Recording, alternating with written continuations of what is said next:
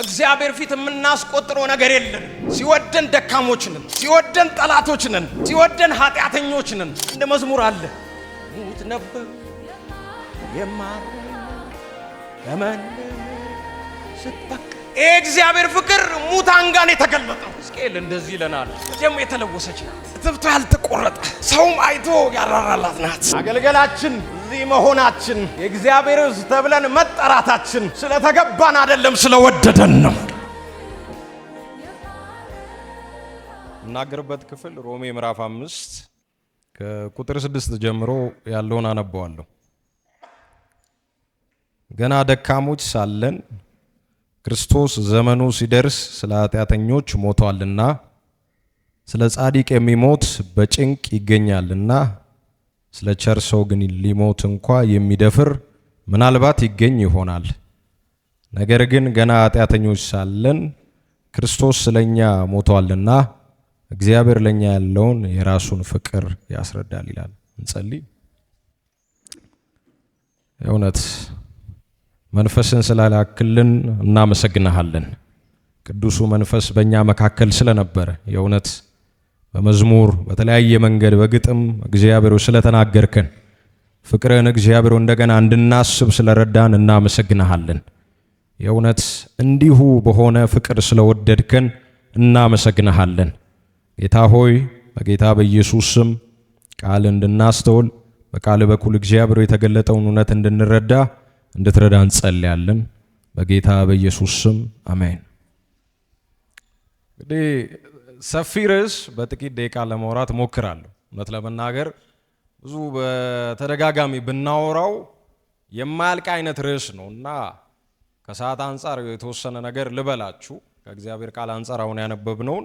ነገር ግን ርዕሱ በጣም ሰፊ ነው። ቢወራ የሚያልቅ አይነትም አይደለም።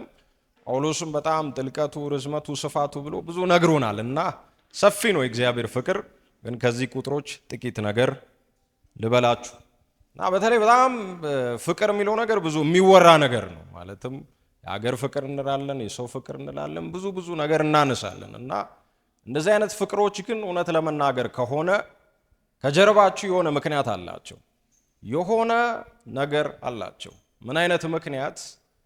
ያንን ሰው ወይም ያንን አካል ሀገርም ሊሆን ይችላል፣ ሰውም ሊሆን ይችላል፣ የምንወድበት የሆነ ምክንያት አለ እንጂ ያለ ምክንያት የሆነ ፍቅር የሚባል ነገር እንዲሁ በምድር ላይ የምናውቅ አይመስለኝም። ለምሳሌ ያገባችሁ ትኖራላችሁ፣ ያጫችሁም ትኖራላችሁ እና ወይ ለፍቅረኞቻችሁ ወይም ለሚስቶቻችሁ የሆነ ነገር ትላላችሁ። ለምሳሌ ፊትሽ ያምራል፣ ፈገግታሽ ደስ ይለኛል፣ እንዲህ ብሎ ይነገራል። ደግሞ ወንድሞቻችን ማሊ ዘሰለሞን ተጠቅመው የሆነ ነገር ይላሉ።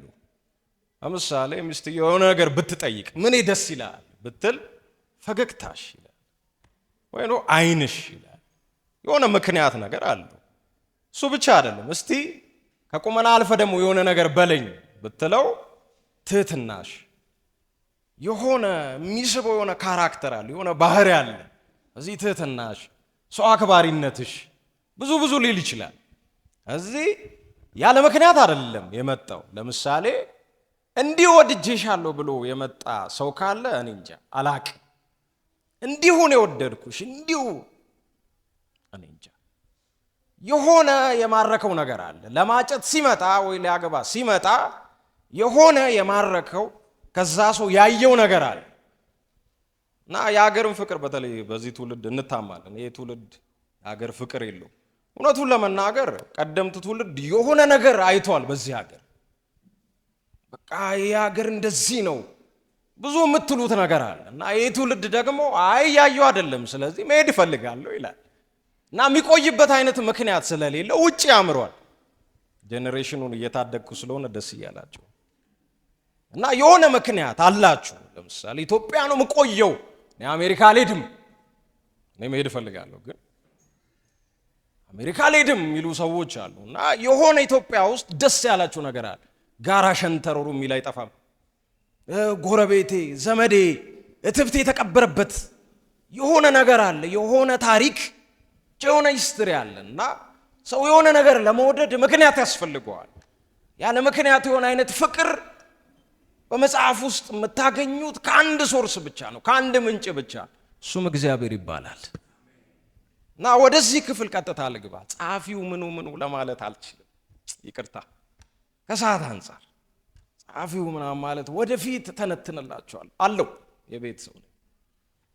እና ጳውሎስ በጣም የሚገርም ነገር ይነግረናል። ስለዚህ ስለ እግዚአብሔር ፍቅር፣ በተለይ በክርስቶስ ስለተገለጠው ስለ እግዚአብሔር ፍቅር የሚደንቅ ነገር ይነግረናል። እና እውነት ለመናገር ከአንድ ወዳጅ ጋር እያወራን በቃ አንዳንዴ እግዚአብሔርን እፈራዋለሁ አለኝ። ምን ነው አልኩት። እና በጣም የተቆጣኝ ነበር የሚመስለኝና ክርስቶስ እንዲሁ በመካከል ገብቶ በቃ እግዚአብሔርን ተው ይሄኛውንም ተው እና የሆነ ጥላቻ እኔ ላይ ነበረው። ነገር ግን ልክ ክርስቶስ ሲመጣ የተወኛ አይነት ይመስለኛል ሲል መጽሐፍ እንደዚህ አይደለም የሚለው። እውነቱን ለመናገር ከሆነ እግዚአብሔር እንዲሁ ወዶናል። አሜን ነው ወይ? እንዲሁ ነው የወደደን እና የክርስቶስ ደግሞ መምጣት ለካ የዚህ ፍቅር መገለጫ ነው። ስለወደደን ነው ልጁን የላከው። አሜን ነው ወይ? ስለወደደን ከወደደን ከትልቅ ፍቅሩ የተነሳ ነው ኢየሱስ ራሱ የመጣልን። እዚህ እግዚአብሔር ይወዳችኋል። እና የተገለጠው ፍቅር ለማን ነው የሚለውን ነገር ከተናገርኩ ይበቃኝ። ለማን ነው እዚህ ፍቅር ሲገለጥ ለማን ነው የተገለጠው? ማነበርን እና በጳውሎስ እይታ በተለይ ለሮሜ ሰዎች ለኛም የሚናገረው ማነበርን 4 መገለጫዎችን ነግራችሁና ከዛም የእግዚአብሔርን ፍቅር እናደንቃለን። አሜን ነው። ቁጥር 6 ላይ ሂዱልኝ። ገና ይልና አንድ ቃል አለ። ምን አገኛችሁ? እስቲ ጮክ በሏ። ደካሞች። ገና ምኖች? ደካሞች። ይሄ ቃል ሲፈታ እንደዚህ ነው። አቅመ ቢስ፣ ምንም ኃይል የሌለው፣ እንደው ራሱን ማዳን ቢፈልግ እንኳ ለማዳን የማይችል ኃይል የጎደለው ነገር ግን በባርነት ስር ያለ የሚለውን ለመግለጽ ይጠቀማል። ስለዚህ አማኞች ከመዳናቸው በፊት ምን ነበሩ ሲባል መጀመሪያ ደካሞች። እዚህ ላችኋል። እስራኤላውያን በጣም ባርነት ሲጨንቃቸው፣ ፈርዖን በጣም በቃ በጸናች ክንዱ ሲይዛቸው መዳን ይፈልጋሉ። ከዛ ባርነት ነፃ መውጣት ይፈልጋሉ። ነገር ግን ልውጣ ቢሉ እንኳ አቅም የለም፣ ያለው ጩኸት ብቻ ነው። እስራኤላውያን ጋር የምታገኙት ጦር መሳሪያ የለም፣ ከፈርዖን ጋር የሚዋጉበት አቅም የላቸውም። ደግሞ በአማልክትም ስልጣን ተይዞ ነበር። ስለዚህ ደካሞች የሚለው እንደዚህ አይነት ሰዎች ነው። ለመዳን ቢፈልጉ እንኳ ለማምለጥ ቢፈልጉ እንኳ አቅመ ቢሶች፣ ኃይል የሌላቸው፣ ማምለጥ የማይችሉ እነማንን? እኛ ነበር። ደካሞች። ደካሞች እንዴት ናቸው? ልቀጥል። በአዲሱ መደበኛ ትርጉም NIV ላይ እንደዚህ ይላል። ይህን ቃል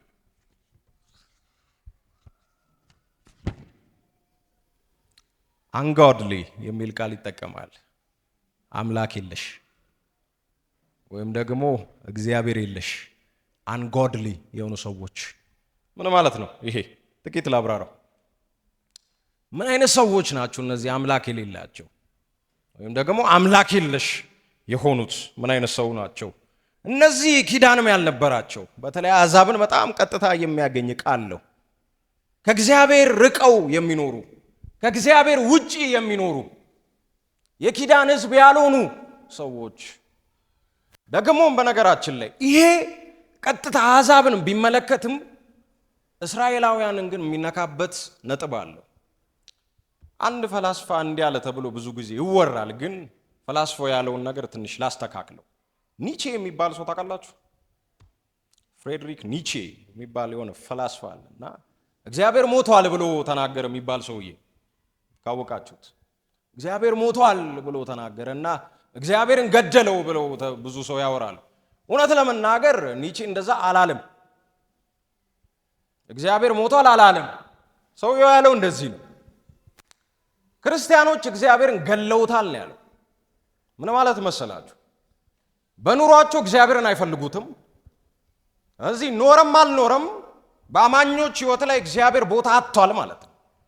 እዚህ እግዚአብሔርን የገደሉት እሱ ራሱ ስለሞተ ሳይሆን ይልቁንስ አማኞች ራሳቸው እግዚአብሔርን ስለገደሉት ነው። አንጎድሊ አምላክ የለሽ ኖረም አልኖረም ግድ የሌለው እግዚአብሔር ኖረ ግድ የማይሰጠው በኑሮ ውስጥ የእግዚአብሔር መኖር የማይታይ አምላክ እኮ አለ ብሎ የማይኖር ለምሳሌ ዮሴፍን ታውቃላችሁ።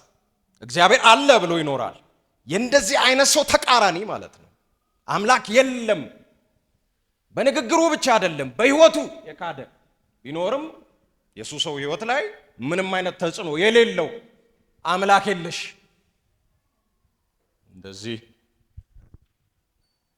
ከዛም ይቀጥላል። ሌላ ቃል ልጨምር።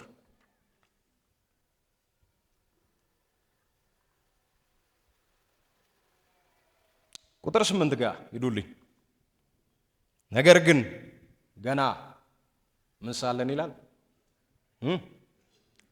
ኃጢአተኞች ሳለን። ይሄ ቀጥታ ሲነርስ ኃጢአተኛ ምን ማለት ነው? የእግዚአብሔርን ትእዛዝ በየጊዜው የማይታዘዝ ዲስኦቢዲየንት፣ የእግዚአብሔርን ሕግ የሚጥስ የተገለጠ የእግዚአብሔር ፈቃድ አለ። በሙሴ በኩል የተሰጠ የእግዚአብሔር ፈቃድ አለ። ነገር ግን ያንኑ የሚጥስ አይነት ሰው ኃጢአተኞች። በጣም እነዚህ እርስ በርስ የተያዙ ናቸው። ደካማ ነው፣ ከዛም ደግሞ አምላክ የሌለው ነው፣ ከዛም ደግሞ የእግዚአብሔርን ትእዛዝም የሚጥስ ነው። ኃጢአተኛ ምንድን ነው? የማይታዘዝ ለእግዚአብሔር ሕግ ለእግዚአብሔር ትእዛዝ የማይገዛ ኃጢአተኛ። ከዛም የዚህ ሁሉ ጥግ ይወስድንና ጳውሎስ ይነግረናል። ቁጥር 10 ጋር ሄዱልኝ። አንድ ቃል ብቻ ነው ፈልገው። ቁጥር 10 ምን ሳለን ነው የሚለን ቅዱሳን? ጠላቶች፣ ኃጢአተኞች፣ ከዛስ ጠላቶች። እነዚህ ጠላትነታቸው ከእግዚአብሔር ጋር እሱ አይደለም የጠላን፣ እኛ ነን የጠላን። እግዚአብሔርን ከሚጠሉት ኃይላት ጋር የወገነን እኛ ነን። ኃጢአትን የሚሰራ ከዲያብሎስ ነው ይላልና ኃጢአትን ስንሰራ ከዲያብሎስ ጋር እየወገንን ከእግዚአብሔር ጠላቶች ከሆኑት ኃይላት ጋር እየወገንን ለጨለማው መንግስት እየወገንን እግዚአብሔርን እንጠለው ነበር። the enemies of God የእግዚአብሔር ጠላቶች። እና ጳውሎስ ንጽጽር ይሰራል። ምን አይነት ንጽጽር? ምን አይነት ንጽጽር? ወደ ቁጥር 7 ልመልሳችሁ። ስለ ጻድቅ የሚሞት በምን ይገኛል? በጭንቅ። ከዛስ ስለ ቸር ሰው ግን ሊሞት እንኳ የሚደፍር ምናልባት ይገኘዋል። ምን ማለት ነው? በጣም እንደው የተለመደ ክስተት አይደለም ይሄ። በጭንቅ ያለው ለዛ ነው። የተለመደ ክስተት አይደለም፣ የታወቀ አይነት ክስተት አይደለም። ነገር ግን እንደው ያ የሚሞትለት ሰው፣ ያ ዋጋ የሚከፈልለት ሰው እንደው ጻድቅ ከሆነ፣ በጣም ለብዙ ሰዎች ቸር ከሆነ እንደው በጭንቅ ሊገኝ ይችላል። አንድ ጽሑፍ ላይ እንደዚያ ይቻላል። ማዘር ቴሬዛ ታውቋታላችሁ፣ በጣም በቸርነት ትታወቃለች። እና ለሷ መሞት እንደው የተወሰነ ልታስቡት ትችላላችሁ። ማዘር ቴሬዛ በጣም ደግ ናት፣ በጣም መልካም ሴት ናት። ስለዚህ ለሷ መሞት እንደው ሊታሰብ ይችላል። ነገር ግን ይህን ንጽጽር ሲያስረዳ እንደዚህ አለ። ማዘር ቴሬዛ መልካም ነች፣ እንደው ማንም ደፍሮ መቼስ አይሞትላትም። ነገር ግን አንዳንዱ ሰው በሷ ደግነት እንደው ተነክቶ በቃ ለማዘር ቴሬዛ እንኳ ሕይወቴን እሰጣለሁ ሊል ይችላል። ገልበጥ አደረገውና እስኪ ለአዶልፍ ሂትለር የሚሞት አለ።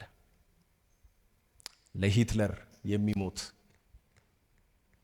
ለጨፍጫፊው የሚሞት እስኪ። እና ጳውሎስ ምን እያለን ነው? ለቸር ሰው የሚሞት እንደው በጭንቅ ሊገኝ ይችላል። ለኃጢአተኛ የለም። ለኃጢአተኛ የሚሞት ለምን ትሞትለታለህ? ለዚህ ኃጢአተኛ ለሆነው ደካማ ለሆነው ለጠላት እንዴት ትሞትለታለህ? እግዚአብሔር ግን እንደዚህ ያደረገ፣ ልጁን ላከ። አሜን ነው ወይ? ጠላቶች ደካሞች ሳለን ኢየሱስ ሞተልን። በዚህ የእግዚአብሔርን ፍቅር አየን። አይገባንም ቅዱሳን። ይሄ የቀመስነው የእግዚአብሔር ፍቅር ኢሳይያስ 53 ላይ የተገለጠው የእግዚአብሔር ፍቅር ስለ ኃጢአታችን መድቀቁ አይገባንም። ስለ በደላችን ያን ሁሉ መከራ መቀበሉ አይገባንም። ንጹህ መስዋዕት ለኛ መሰጠቱ አይገባንም። ላልተገባው ሰው የተገለጠ የእግዚአብሔር ፍቅር ነው። ላልተገባው የእውነት አንድ ነገር ልነግራችሁ ፈልጋለሁ። በእግዚአብሔር ፊት የምናስቆጥረው ነገር የለንም። ሲወደን ደካሞች ነን፣ ሲወደን ጠላቶች ነን፣ ሲወደን ኃጢአተኞች ነን። ምክንያት የሚባል ነገር የለኝም። ነገር ግን ፍቅር ወደ መንደር የገባ አንድ መዝሙር አለ። ሙት ነበሩ የማሬው ከመንደሬ ስትበቅ ወደ ሙታን መንደር ነው የመጣው። ይሄ እግዚአብሔር ፍቅር ሙታን ጋር ነው የተገለጠው። ሕዝቅኤል እንደዚህ ይለናል። ሕዝቅኤል እንደዚህ ይለናል። በሱ ቋንቋ ላውራ እንደው ልዋሰው። በደም የተለወሰች ናት፣ እትብቷ ያልተቆረጠ፣ ሰውም አይቶ ያራራላት ናት። ነገር ግን እግዚአብሔር በቸርነቱ ኑሪ ያላት ናት።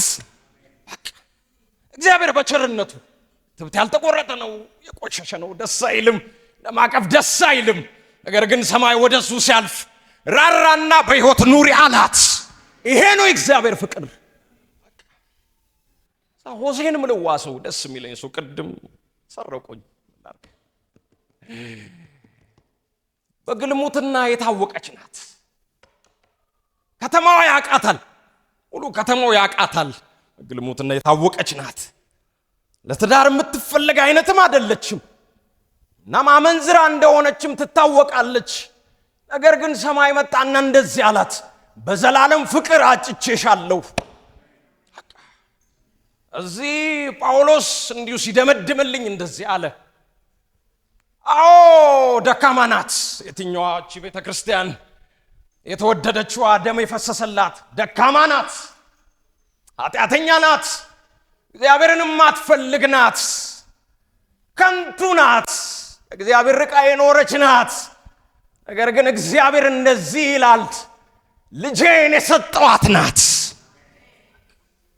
እዚህ ቅዱሳን በነገሮች የእግዚአብሔርን ፍቅር አታምነጻጽሩ። እግዚአብሔር ይወዳቸዋል። ማረጋገጫ ከተፈለገ ይሄው መስቀሉ፣ ይሄው የእግዚአብሔር ልጅ ኢዩን የተባለው ኢዩን ፍቅር፣ ለኃጢአተኞች የተገለጠ ፍቅር። ለጻድቅ ሰው አይደለም የሞተው፣ ኃጢአተኛውን ለማጽደቅ ነው የሞተው። ኃጢአተኛውን ለማጽደቅ፣ ጠላትን ልጅ ለማድረግ፣ የራቀውን ለማቅረብ የተገለጠ የእግዚአብሔር ፍቅር። እዚህ ምክንያት አላዋጣው፣ አለኝ የምለው ነገር የለኝም። ምስክር ነኝ። አለኝ ይሄን አይቶ ይሄን ነገር እንደው ተመችቶት ልጁን ላከልኝ የምለው ነገር የለኝም። እንዲያው ቸርነት ያ ፍቅር ካልሆነ ማገልገላችን፣ እዚህ መሆናችን፣ የእግዚአብሔር ሕዝብ ተብለን መጠራታችን ስለተገባን አይደለም፣ ስለወደደን ነው። እኔ ወንጌል this is the good news። በቃ እኔ መልካም ዜና ሰማይ ኃጢአተኛ መንደር ተገኘ። ከዚህ በላይ የሚያስደስት ነገር የለኝም። በቃ የለኝም። ስብከት አለ ኃጢአተኛው የተገለጠ መንደሬን የመጣው አይገባኝም። ዲዘርቭ አላረግም። እዚህ ለመቆም አይገባኝም። የተገለጠ ምሕረት አለ። በልጁ የተሰጠኝ ጸጋ አለ። የማይገባንን ጸጋ ተቀብለናል። እግዚአብሔር ይወዳችኋል። እንኳን ደስ አላችሁ።